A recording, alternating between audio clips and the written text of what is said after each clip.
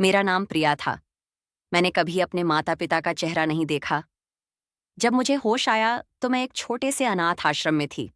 वहां की दीवारें पुरानी और फटी हुई थीं, लेकिन उन दीवारों ने मुझे बचपन की ठंडी हवाओं से बचाया।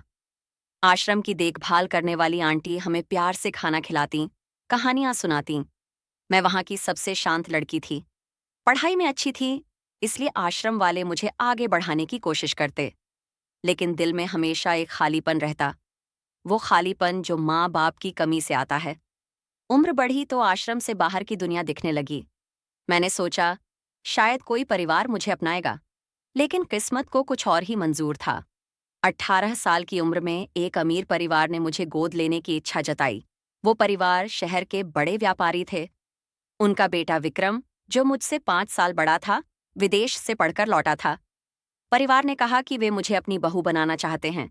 मुझे लगा, शायद यही मेरी नई जिंदगी है। अनाथ आश्रम से निकलकर एक घर में जगह मिलना, ये सपना जैसा था।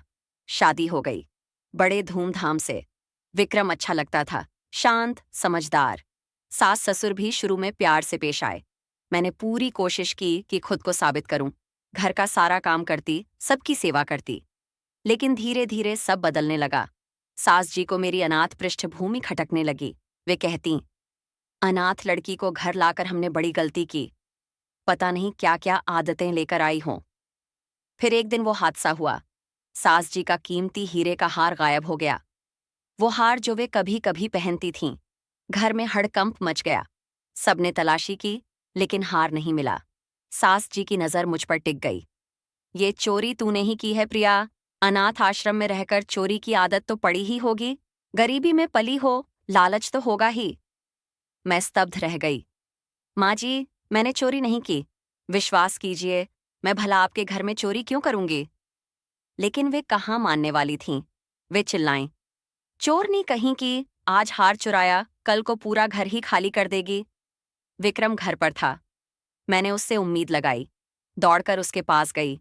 हाथ जोड़कर बोली, विक्रम, तुम तो मुझे जानते हो। मैं ऐसी नहीं हूं। प्लीज मेरी बात मानो। विक्रम थका हुआ था। ऑफिस से लौटा था। उसने कहा, प्रिया, माँ की बातें रोज रोज सुन सुनकर मैं तंग आ चुका हूँ। घर में शांति नहीं है। अगर तूने चोरी नहीं की तो हार कहाँ गया? कोई बाहर का चोर तो आया नहीं। बस, अब बहुत हुआ। मैं भी माँ की बात मानता हूँ। तुझे घर से जाना होगा। मेरे पैरों तले जमीन खिसक गई।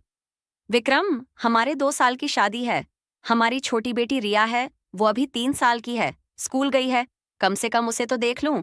सास जी भड़क उठी। नहीं, तू यहाँ से खाली हाथ जाएगी, जैसे आई थी। एक साड़ी भी नहीं ले जाएगी। ये मेरा घर है, मेरी चीजें हैं। चोरनी को कुछ नहीं मिलेगा। वे मुझे बालों से पकड़कर घसीटने लगीं। मैं रोते बिलखते पैरों पर गिर गई। माँ जी, प्लीज मत निकालो, मैं कहाँ जाऊंगी? मेरा तो कोई नहीं है। लेकिन उनकी आंखों में जरा भी दया नहीं थी। विक्रम चुपचाप अंदर चला गया। सास जी ने मुझे धक्के मारकर दरवाजा बाहर फेंक दिया और दरवाजा बंद कर लिया। मैं बाहर सड़क पर बैठकर रोती रही, दरवाजा पीटती रही।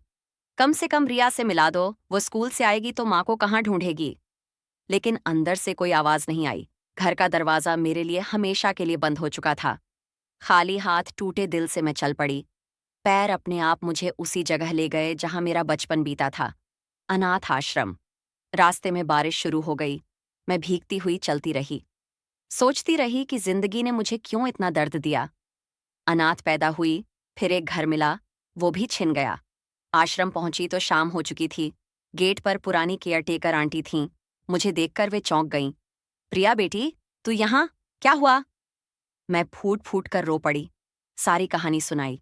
आंटी ने मुझे गले लगाया। चल अंदर बेटी, ये तेरा घर है, हमेशा था, हमेशा रहेगा। आश्रम में वापस आने पर सबने मुझे प्यार से अपनाया। बच्चों ने मुझे आंटी कहा। मैंने वहां काम करना शुरू किया, बच्चों को पढ़ाना, देखभाल करना। धीरे धीरे दर्द कम हुआ। रिया की याद आती, लेकिन मैं कुछ कर नहीं सकती थी। कई महीने बीते। एक दिन पुलिस आश्रम आई। एक अधिकारी ने कहा, प्रिया जी, आपके ससुराल से खबर आई है। वो हीरे का हार घर की नौकरानी के सामान से मिला है। नौकरानी ने कबूल कर लिया कि उसने चोरी की थी। आप निर्दोष हैं। मेरा दिल धड़क उठा। रिया, मेरी बेटी? वो ठीक है, लेकिन आपके पति और सास ने माफी मांगने से इनकार कर दिया। वे नहीं चाहते कि आप वापस आए। मैं चुप हो गई। माफी की उम्मीद नहीं थी, लेकिन सच सामने आया, ये काफी था। मैंने फैसला किया कि वापस नहीं जाऊंगी। अनाथ आश्रम ही मेरा परिवार था। यहाँ के बच्चे मेरे अपने थे। मैंने उन्हें पढ़ाना, बड़ा करना शुरू किया। कई बच्चे आगे बढ़े, अच्छे इंसान बने। समय बीता।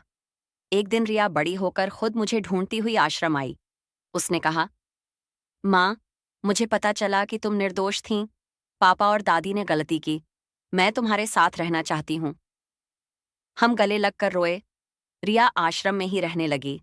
हमने मिलकर कई अनाथ बच्चों की जिंदगी संवारी। जिंदगी ने मुझे बहुत दर्द दिया, लेकिन अंत में सिखाया कि सच्चा परिवार वो नहीं जो खून का रिश्ता हो, बल्कि वो जो दिल से अपनाए।